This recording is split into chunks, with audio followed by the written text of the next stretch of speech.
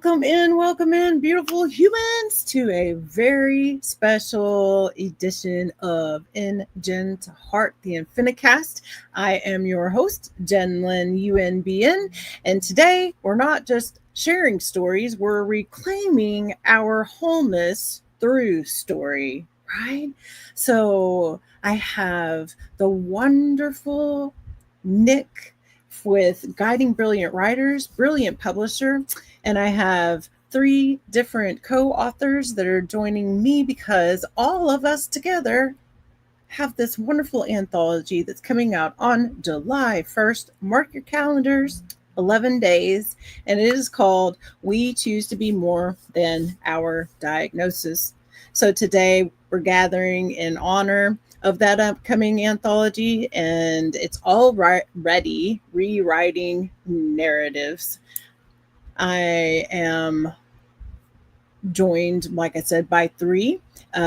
Each one has poured out their truth, their tenderness, their triumph into the pages, not to be defined by their diagnoses, but to expand beyond it. And so that's what the book is about. Being able to always, as always with Guiding Brilliant Writers Publishing, it's always about empowering others and sharing what we can about ourselves to be able to do that. So my own chapter is titled After the Radiance, the Rain, because healing, like identity, is never linear, right? So, and neither will this conversation be. Hi, Sharon. Hi, Leslie. Hi, Sharon. Rose. It's wonderful to see all of you all. I'm so excited to have you guys up. And so let's get real, let's get open, and maybe even get a little playful, because being more than our diagnosis means that we're also full of joy, creativity, and everything in between. So I'm going to start, and I'm going to pull up our fearless leader, Nick, with and from Guiding Brilliant Writers. I'm going to bring her up to the stage. And this is our one, two, three, like fourth project we work on together. Is it the third, fourth? I lose count. Welcome in, Nick. How are you doing? Good. Thank you so much for having me. I think I lost track as well, but it's like that when you're having way too much fun. Um, so I feel so weird to be called Careless Leader. I'm like, I gotta tell you, I'm like, who's that? But I think that it's crazy how well all of us align. Um, Given that there's 16 of us, you know, sharing our hearts in this book, and some know each other well, some don't know each other at all. But I'm sitting here feeling like as the time gets closer, we are becoming so much more close knit. I don't know if you're feeling the same way, but the anticipation builds Yeah, and builds and builds. So, it does. And as you get closer, we share chapters. We meet a couple of times on the back end, and then we all end up, reaching out to one another if we don't know who each other is and connecting that way.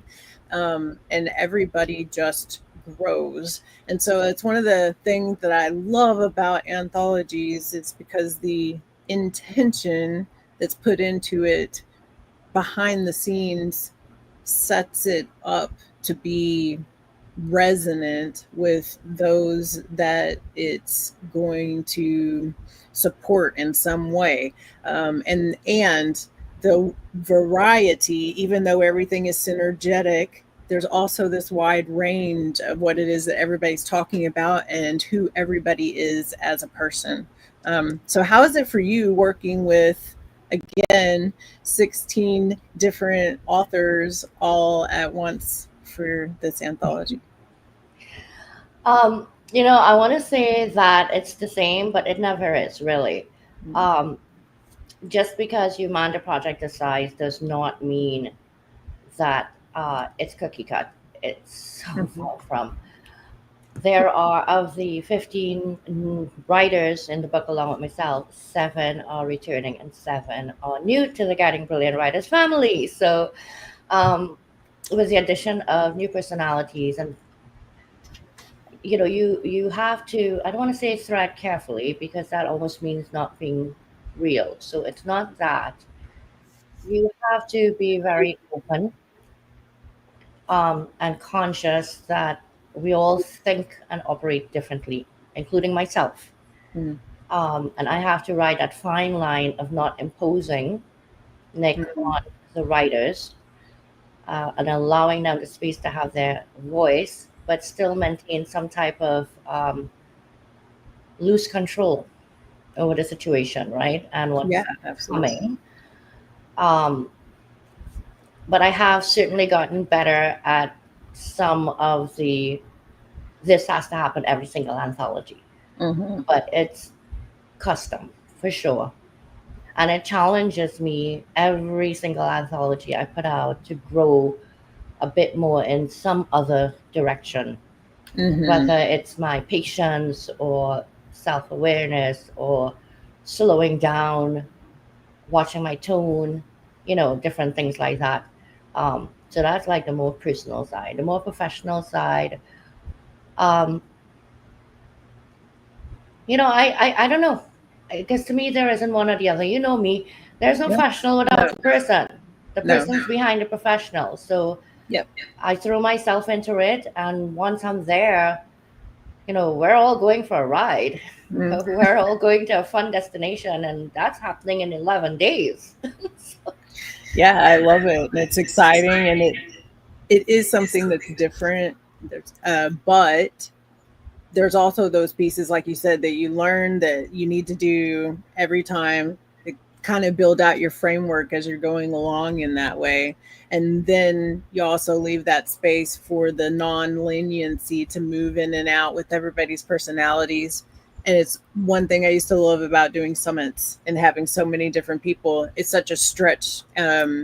These types of projects move you as a person and as a business, and as you said, there's no difference. There's an extension of. I want to say hello to Noni and Leslie and Kinga, and I think that I missed someone else, Joe or Joni, sorry, Adrian.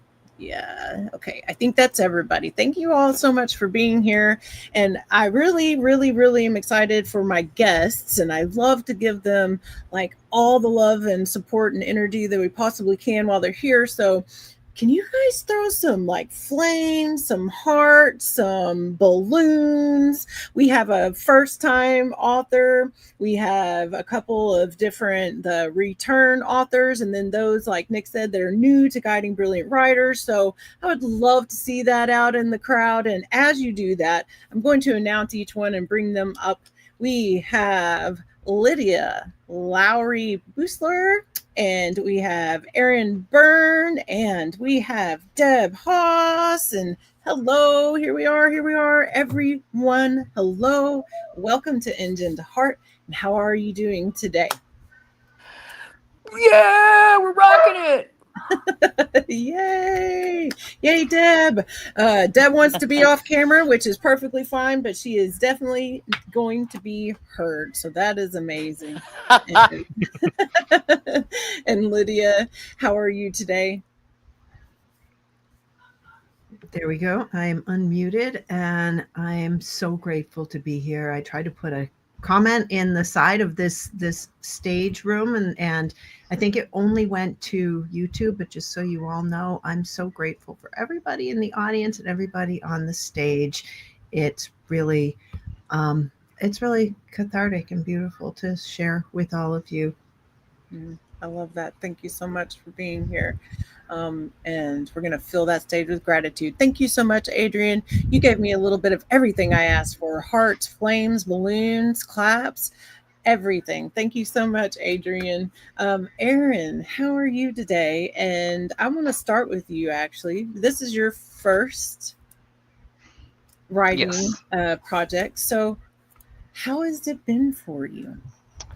I'm doing good, doing very good today.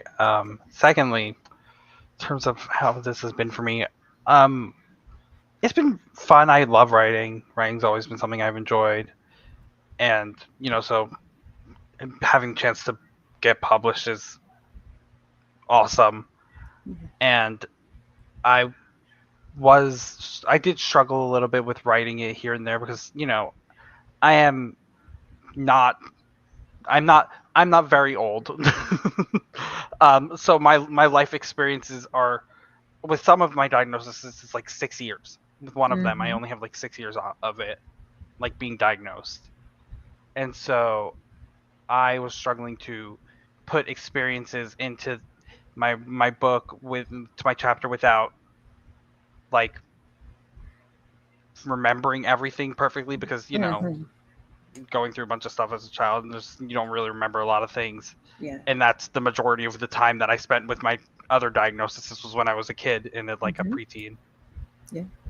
So I did struggle with that a little bit, but I think in the end I managed to get everything out in the chapter the way I wanted it to be. Yeah, I think you did too. I think you did it's a brilliant chapter, and even the most seasoned writer experiences that challenge of writer's block in between what you're doing, trying to remember how it is that it happened, but you're also giving it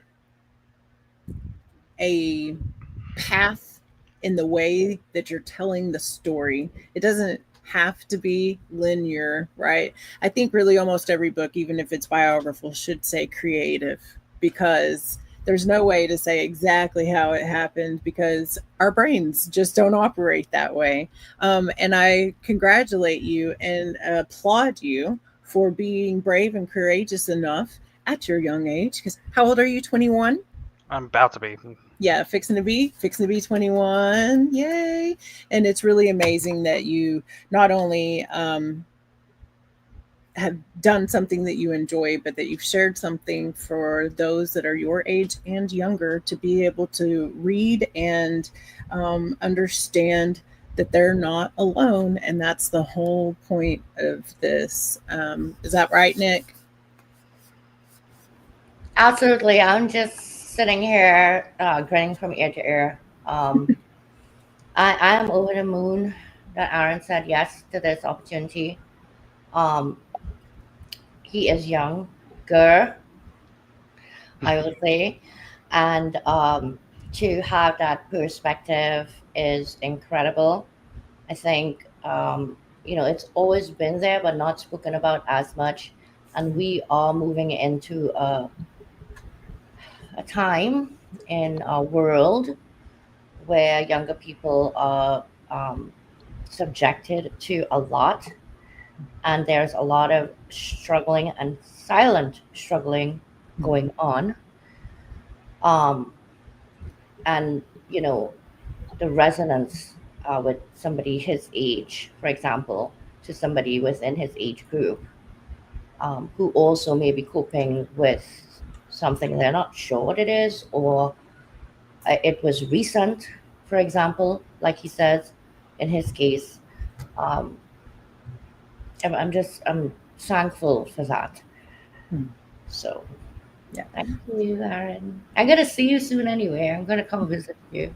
I Helen's know, like I'm 20 so minutes away from me. jealous. I'm so jealous, and I do have to give Aaron's mom a shout out, Sharon, because she's definitely just a big part of how amazing, what an amazing young man that you are.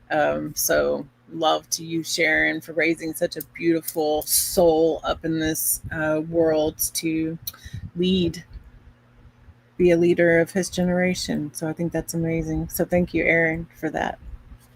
And you don't have to answer. Don't worry that you were just taking a drink. I'm going to move over to Lydia. When did you um, know that you wanted to write with Guiding Brilliant Writers? How did you know Nick? How did you meet? How did you say, yes, I want to be a part of this anthology? How'd that happen?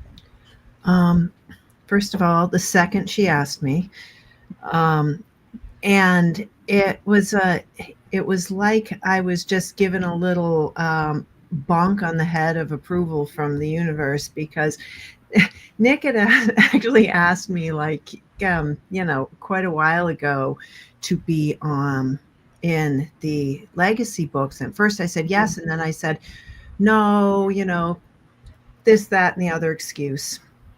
And for this, it's not that I so badly want to tell my story. I don't. And it's not any shame, and I just don't live there. And yet I do live in the aftermath, but I live in the transcendence. Like I like to think of you may, even if you know me, you may even have heard me say, don't lift the trauma, lift the transformation. And I live in the present, and this is where I am.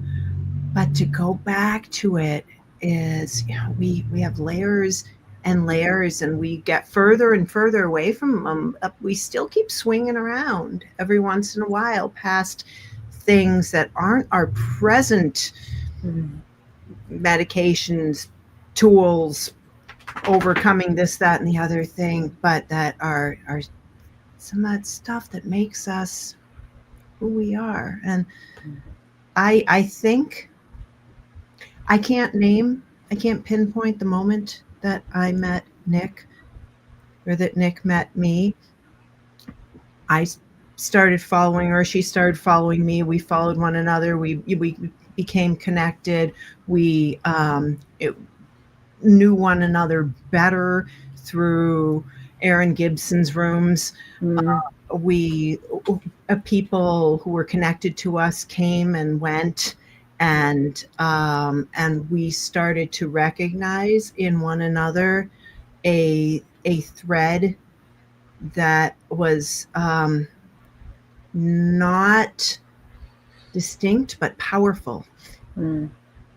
Yeah, I love that. I love that and life is a thread, and it is a tapestry, and it is woven, and I love living in the space of now, and also being able to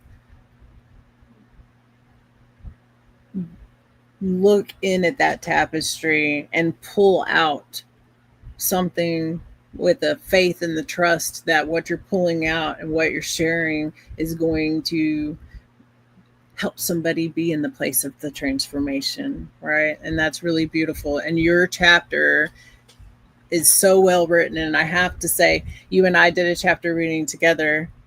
And after you read it, you asked me the most amazing question. You asked me, did I speak your truth? Oh, God. And it was just an amazing question. And I'm just telling you right now, every single time I read somebody's chapter or piece of work like that, I'm forever going to say that.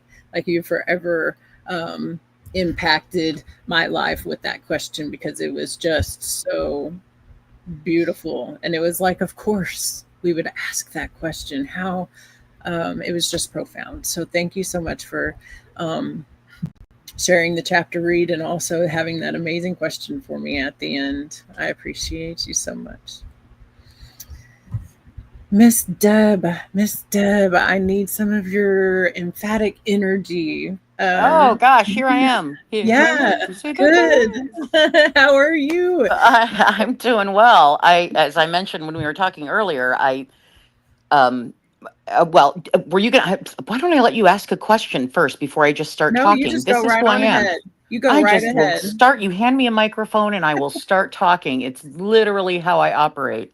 Just go, girl. Yes, Okay, go. so I met Nick through Leslie, you Okay. wonderful woman out there in the Yes. audience right now, Yes. and that whole crew when they published last year, and then I was just diagnosed in December 24th. I was diagnosed on Christmas Eve as being ADHD with executive function deficits. And so it was like, and I think, Nick, I think you came into my IMs like a couple of days after that. And I was like, duh, I guess this, because I remember watching all of the things last year, and they're like, they co-authored a book. And I was like, somehow it had never occurred to me that, in all my dreams of being an author, it had never occurred to me that maybe I could. Well, first of all, it never occurred to me that I would write something that was not fiction, because I literally have read maybe one fiction book all the way, or nonfiction book from cover to cover. This just came out not too long ago in a Slack thread somewhere, and everyone was talking about all these books that I need to read and blah blah blah. And I'm like, if it's not fiction, I probably will not read it. I will start it, and then I'll get a little bit into it, and then I'll be like, oh my God, I've got this really cool vampire book that's just sitting over there, and I would much rather be reading that than reading this right now. And of course, knowing that now I know that is ADHD. And so now I don't beat up on myself anymore the way I used to. If like, Deb, you're so clueless that you can't read a whole nonfiction book. And so anyways, that's how it came about. And then I've been in the midst of uproar with my life and trying to start a business and everything else. So this was kind of slotted in there with it. And thank God for AI, because if I did not have AI, I could not have done half of the things that I've been doing for the last couple of months. So yeah. And if there's another question there, I will answer it. Otherwise, that's me signing Okay. off. Awesome. No, I love that. And we have a couple things in common there because I love using AI to be able to keep me efficient. And I have a lot to say about that. And I'm going to say it in a newsletter later today. Just saying, the Awesome. Neuro Icon newsletter will have a lot to say about the use of AI and content creators. So, anyways, fast forward back around here. Also, I, as an adult, just this last year, got diagnosed with ADHD and autism, right? So, woohoo! I love it. But that's part of what makes me such an amazing host, and it's why I'm a genius at what it is that I do. And so, and I think that it's like part of the genius of the world is I don't know many people that are not really, at the end of the day, neurodiverse. And that's part of the reason I love neurobiology and neuroscience and all of the things behind our bodies, because our bodies are these amazing machines, and we do get to make decisions that direct the flow of our lives and our experiences, and what it is that we say that we want to do and what it is that we do, and all of those things. And it doesn't matter. There's no block, there's no hurdle that we can't overcome, especially when we come together. And so thank you so much, Deb, for being here. I want to switch gears just a little bit. I want to have a little bit of fun. So this question is for each one of you. And we'll start with Nick, and then I'll call you out. Okay. If your diagnosis were a character in a movie, what role would it play? Would it be the villain, the guide, the comic relief, the misunderstood sidekick? What's the role of your diagnosis in a movie?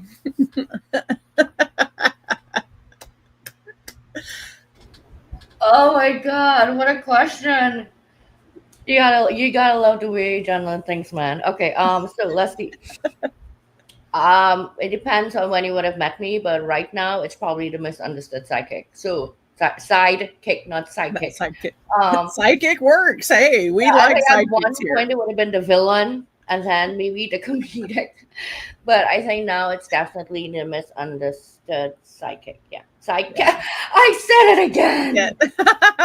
That's Sidekick. Say sidekick. you're in a room full of you're in a room full, so it would not be surprising that you would say that. Yeah, I think it's definitely sidekick. Okay, so yours is the misunderstood sidekick, and does the misunderstood sidekick have a name? Bipolar 2 disorder.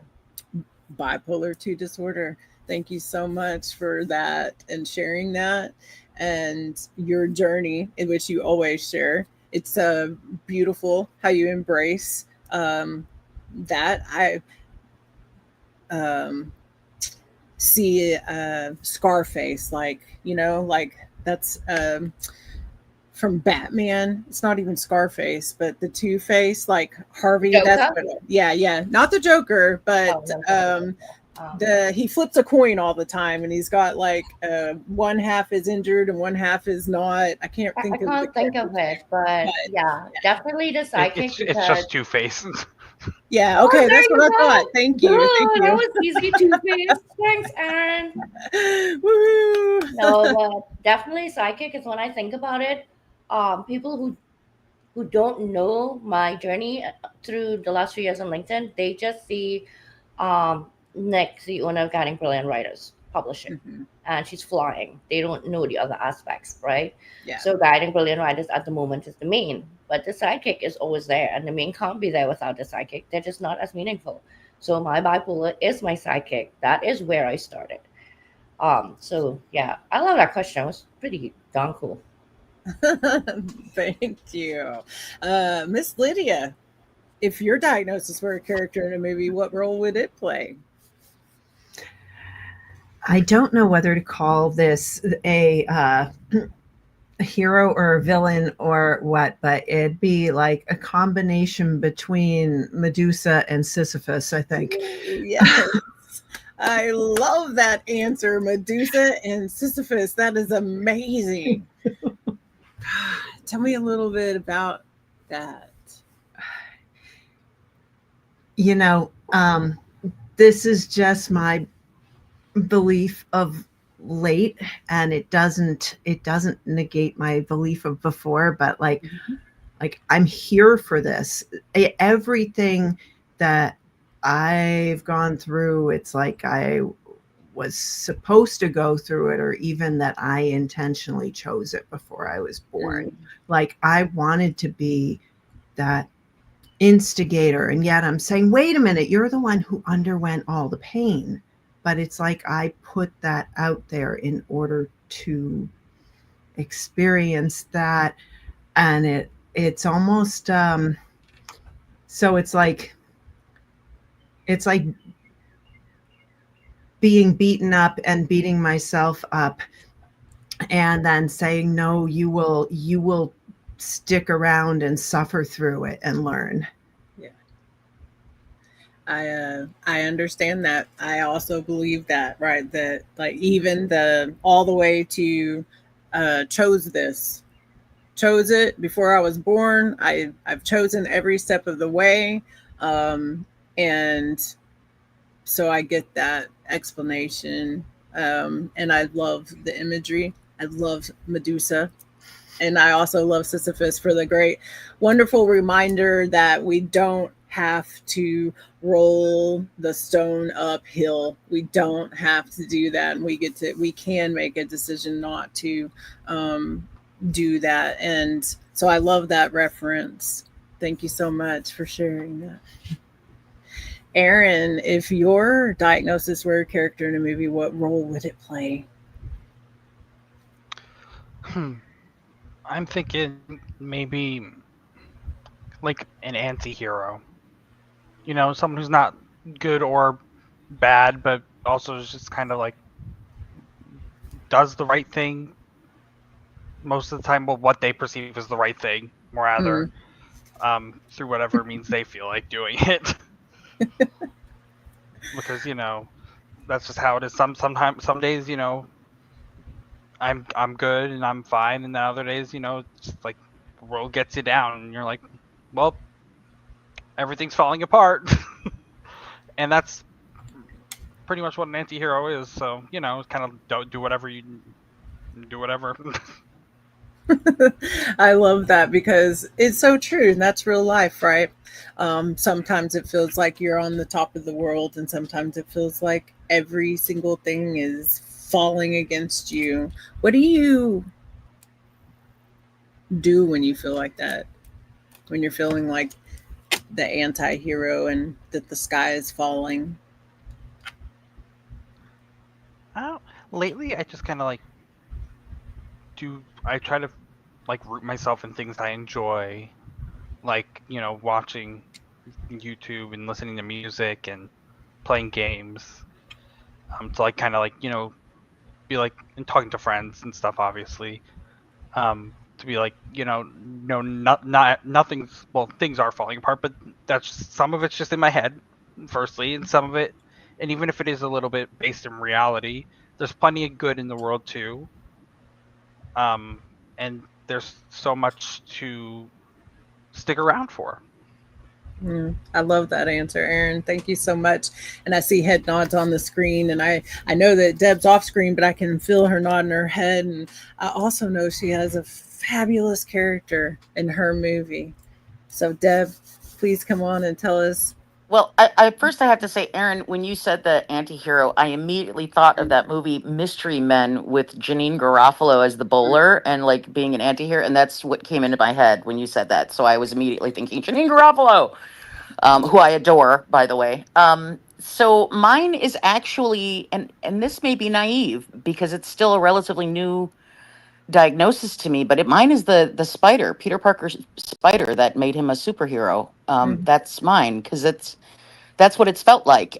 Because I didn't realize it, but I was masking in corporate America for 24 years mhm, and always felt never fitting in and always keeping my mouth, like some of the grander ideas that would pop into my head were kept under wraps because they were not appropriate for that professional atmosphere.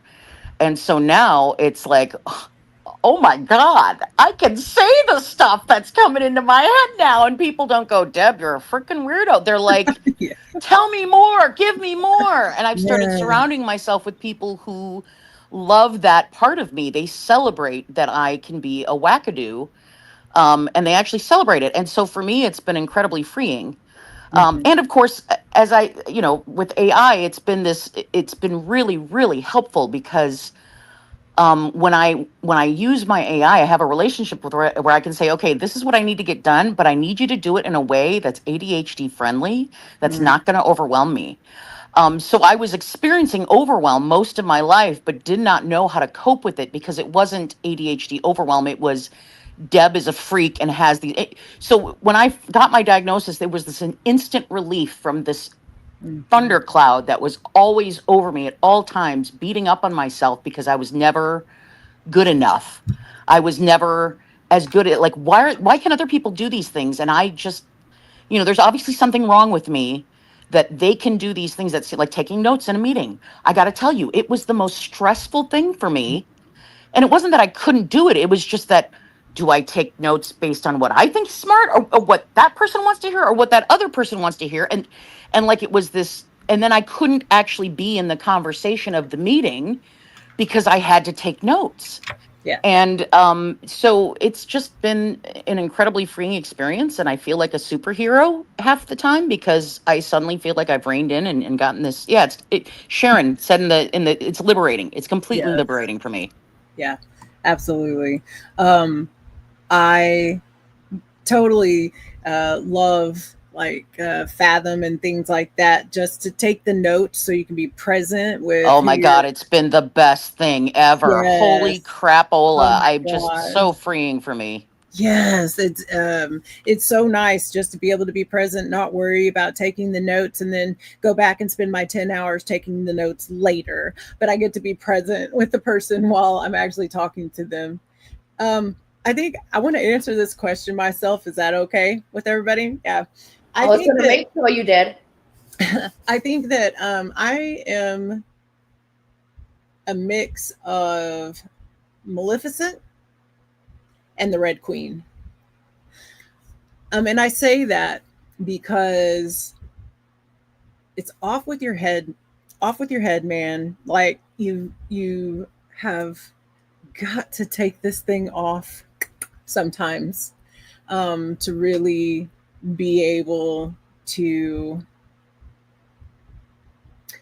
become a witness, become an observer, and at the same time, you've got to put it on, and you've got to allow it to bring you deeply within your body.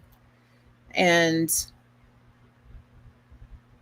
I have learned to accept and love and wrap around every single part of myself. Um, and then in turn, also humanity. So there's the Maleficent, there's the dark side, that's not afraid of the dark, and there's not a dark versus a light, or a right or versus wrong, or a villain versus, in my story. But I recognize that in the stories that exist outside of, there are Um, and I have to share, like, and we'll see, kind of go around. I kind of had a little bit of a slap this week that I didn't expect. Um, my grandson, is getting christened this weekend, and so we were invited, my wife and I, to come to the church to be a part of that. And but my daughter-in-law says to me, um, please dress normal. And so I said to her, I was like, you really felt like you had to say that to me? And she was like, no, yes, I really did. And so I'm like, no. And so I'm like, thank you for saying that to me, to give me the ability, which at the same time in my head, I'm like, I never have gone anywhere for any, family thing being myself. I always tone down because I know you can sense that it makes her feel uncomfortable.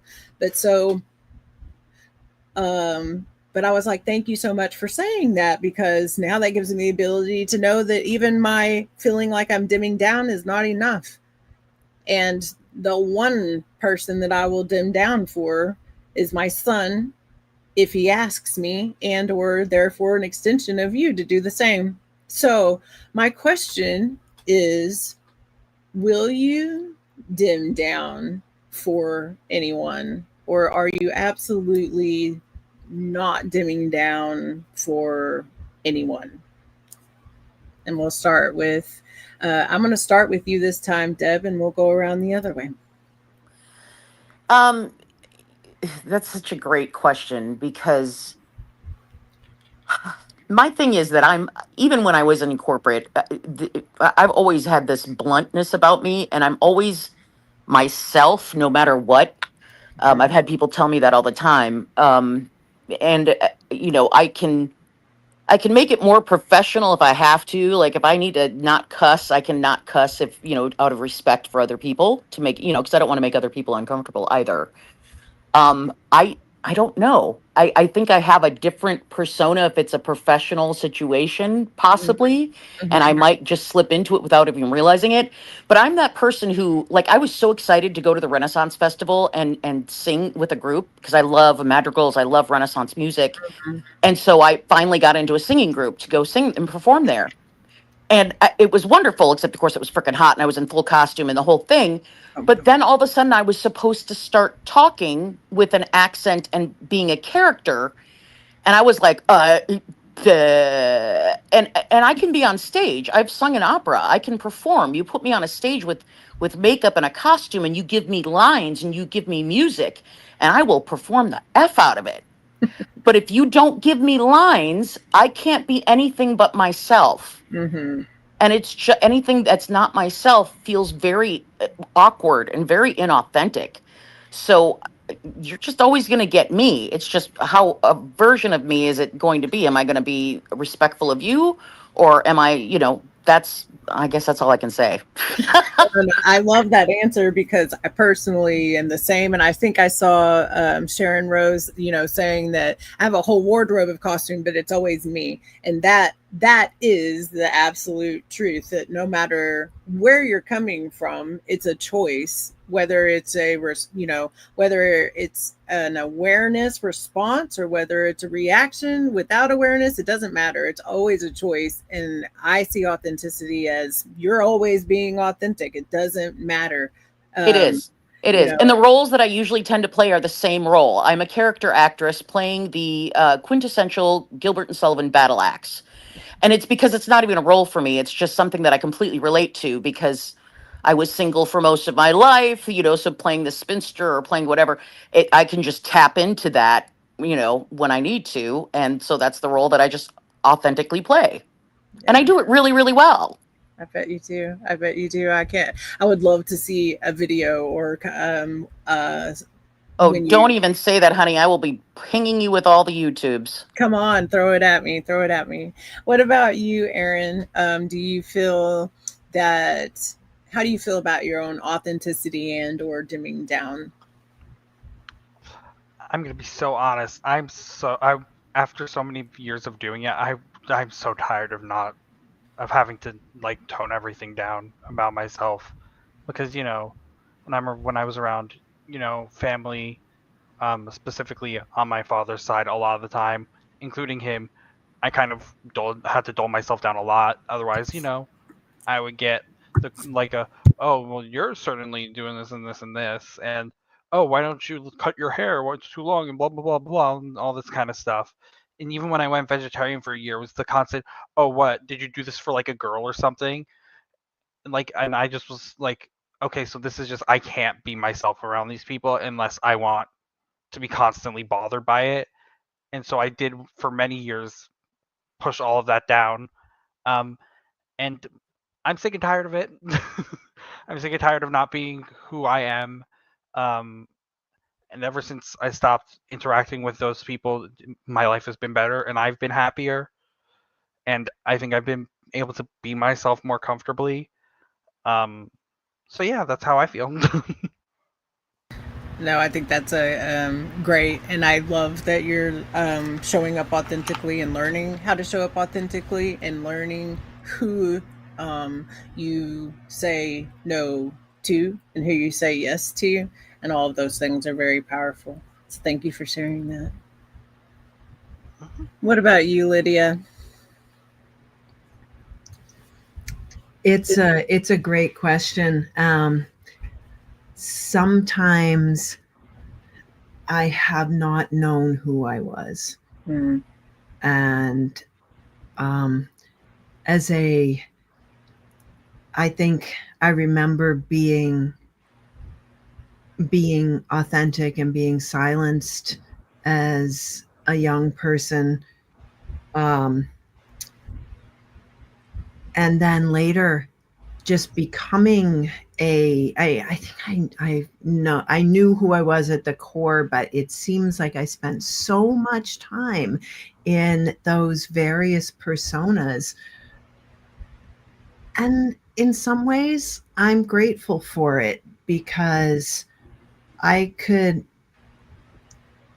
I could hang out in the Dominican ghetto. I could hang out with ultra multi-millionaires and my language and my positioning of myself and everything would change. I could mhm, be really crass, and this was very much a survival thing in the music world.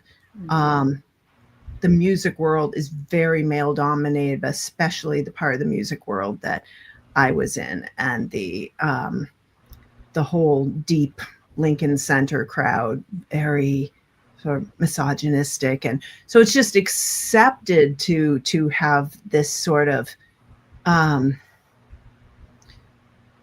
jocular vernacular that was very, actually demeaning to me, and just having to be one of the guys. all these different all these different things to be, and yet um being someone who's just put myself into listening to other people and learning about them, it was like a bridge, but it mm, was a bridge that was, there wasn't really a lot of myself in there. mm, But I learned that there wasn't a lot of myself in there from that. And then sometimes I was myself, thinking I'd be helpful, um,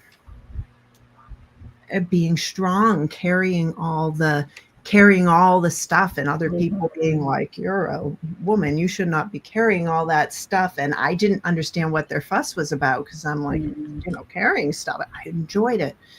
mm, And then later, realizing that when I have been disabled and not functional, not able to speak, not able to walk, not able to be out of a bed, or whatever, different parts of my life that have been extended, I've been very internally judgmental. So getting through that and saying, you don't have to be that person or that person or that person. And I'm grateful for the chance to try out being that person and that person and that person. And my own truth is,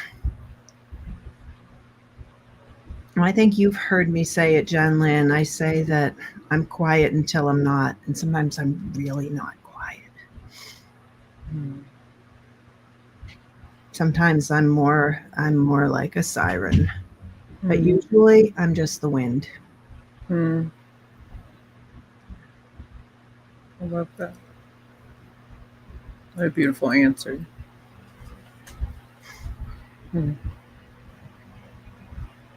I like the siren. And Nick, now that you're taking a drink, what about you? What about you? I'm just listening to everything, and I'm in the back of my head. I'm thinking, and when people think of an anthology, and it's a somewhat of a theme topic, and then we say, it's different writers, different journeys, different perspectives, even though some may share a crossover of similar diagnoses or even the same. Just the questions alone that you've asked here, with five of us answering them, is enough to show people how very diverse our answers are, and none of them being right or wrong, them just being the manner in which, well, we are ourselves. So to answer that question, there is one person in my life that I do dim down for, and that's my husband. And when I say that, I will say, similar to Lydia, I don't change who I am at the core. I will speak what I speak the way I speak it. No, well, the way I speak it, yes, meaning this is how I would say it. What I have learned to do, and I think suits me well, is to temper my communication depending on whom I'm communicating with. That has taken me very far, I believe, professionally, in order to be able to bring this company to where it is now. Um, so I can match energy levels. If you're coming in high, I will come in low. If you're coming in low, I will come in high. If you need to be A type and you need an A type, I'll be an A type. The thing is, like, I won't change what I'm saying to you, because that's next words. But I will find a way to communicate it to you that I hope um, you can best absorb it. Not does it always work? No. So the only person that I would dim down to is my husband, and that's only because he is my everything. And I know his past, and I know his traumas, and I know the experiences he's had, and that he is not on a path of growth and self awareness to the extent that I am. So I am gentle with him. If I want to use that as dimming down, then I would use it as that. Meaning, I know there are situations where I'd just be loud because I am loud, but I know that that would make him uncomfortable. So I would actually choose to not be that loud, expressive Nick that I would probably be in the situation if he weren't there. Now, if somebody thinks, well, that's two faced, I do what I need to do in order to keep my marriage happy, and I'm very, very, very happy. I don't feel like I feel it's a compromise. It's not me giving up my. So yes, he's the only person I will dim myself for, and I will tell you, by doing that, it has reinforced and strengthened our relationship so much. The trust, the the uh, the trust, him not feeling as if this what I thought would be the outcome of is no longer the outcome, because I am with somebody completely different. And I like that I gave him that opportunity to work into that. But that's because I intentionally chose to dim down at certain points or circumstances, But I do not feel that as being inauthentic at all. No, I think it's being able to read the room, right? And shapeshift, polarize, and be a master of energy. That's what I would call that an alchemist. That we can shift, adapt, to meet people where it is that they're at, to be a mirror. And that's one of the most powerful uses of our awareness and our intuition that exists. So I have one more question for you guys. We have about 10 minutes left. And this one may take you a second to answer. So, Aaron, I want you to answer first. Okay. And just answer whenever you have an answer. If you could, what is the one sentence or the one word that you wrote in this chapter that was tattooed on your soul? Word or sentence that was just absolutely tattooed on your soul, had to be put on paper. That is a.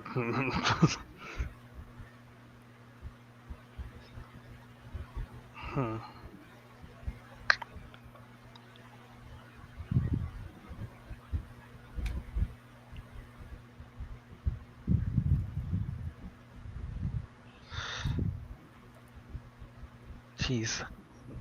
It's okay. There's no pressure or no rush. That's a tough one. I'm It is. also like Yeah. thinking here. Okay, I have one. Okay. But healing is not a straight path. It's messy, full of setbacks and revelations. Because Beautiful. there's nothing more true than that. It's very true and very wise. Thank you so much, Aaron, for sharing. I love that. I do too. What about you, Deb?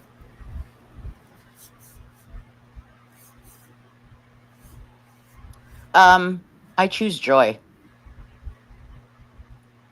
I, That's pretty much the description for me in all things, is that I choose joy.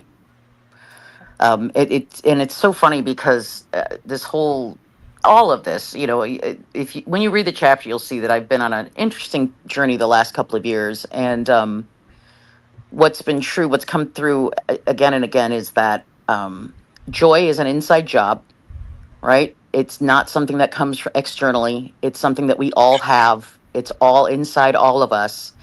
It's just the degree to which we've buried it or the degree to which we've covered it up. And so for me, it's been, always finding the joy, choosing the joy, and protecting my joy, especially in the world that we're living in right now, is, protecting my joy. And how does that sound up, or how does that show up in my yeah. life? Yeah. I love that. I think, happiness is fleeting, but joy is something that can't be taken, because you are the only one that can actually produce that Yes. from Yes. the inside. Yep. Joy, courage, gratitude, Confidence, all of those different ones. Yeah. But Yeah. yeah, I'm gonna choose joy every time, because it's transformational. Yep. I love that. And so I know that's got Lydia nodding her head and smiling over there as well, because you're speaking her language too. So, what about you, Lydia? What's your word or sentence?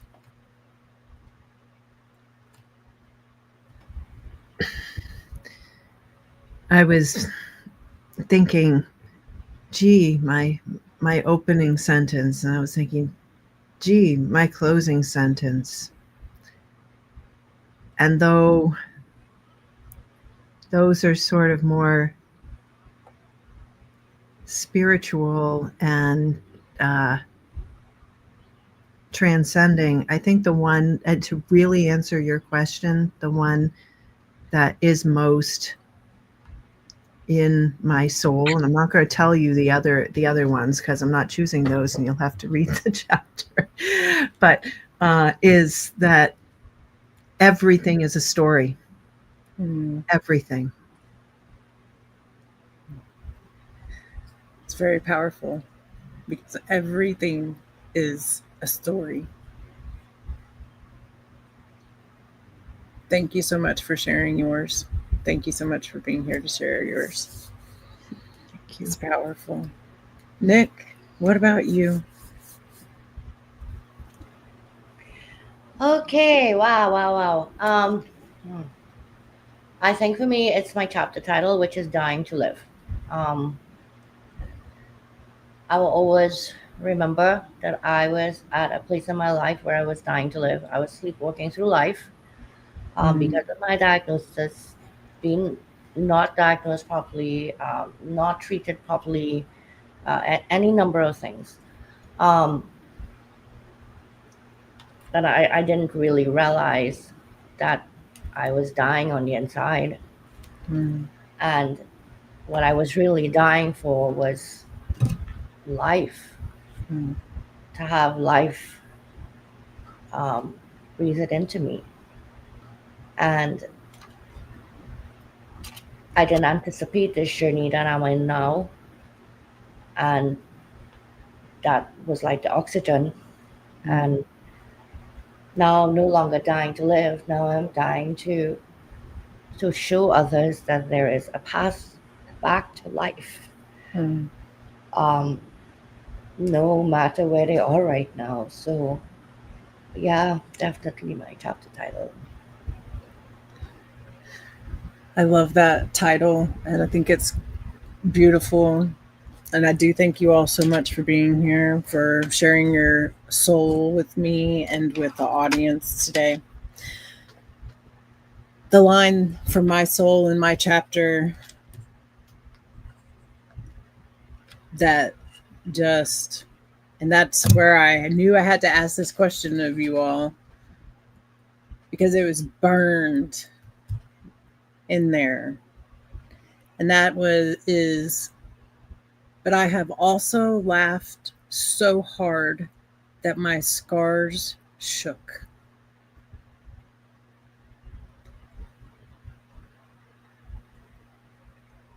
And when I wrote that, when it came out, when I let it out, I cried because of the beauty and the beautiful moment that that was for me, being able to uncover that. And I think that's part of what writing supports us to do so much, is be able to share those things that are deep within us that will transform somebody else. And it is spiritual, and it is mental, and it is gutsy, and it is a story, and it's all of those things. It's also life, it's also business, it's also a path forward, it's also evolution and revolution, and all of those things. So I love you all. Thank you so much for being wonderful, beautiful co authors and for being and sharing this wonderful experience together, and for being with us here today on Genlin UNBN and EnJen to Heart. So I'm going to drop you all down and say goodbye to everyone. And Bye. you Thank can you. hang, yes, you can hang Thank you around so in the much. green room if you want, or you can leave. And if you have anything else that you want to say real quick, you can do that Thank as you, everyone. Thank you, Jenlin. well. You're very, very welcome. I'm going to drop you down and I'll be right back. So thank you guys so much in the audience. I know we have Jeff and Kinga and Sharon Rose and Leslie. I appreciate you so much, Charles. And I saw, oh, who else did I see? Gregory. So good to see you. I appreciate you for being here so much and for sharing your own stories out there. You're not alone. And we're gonna come back. I know Nick will, and I will too, into the comments and see what it is that you've shared. So thank you for being. Thank you for doing, and thank you just for being present with us today. Thank you all so very much, and we'll see you again next week, Friday, same place, same time for EnJen to Heart. Everybody, have a great weekend.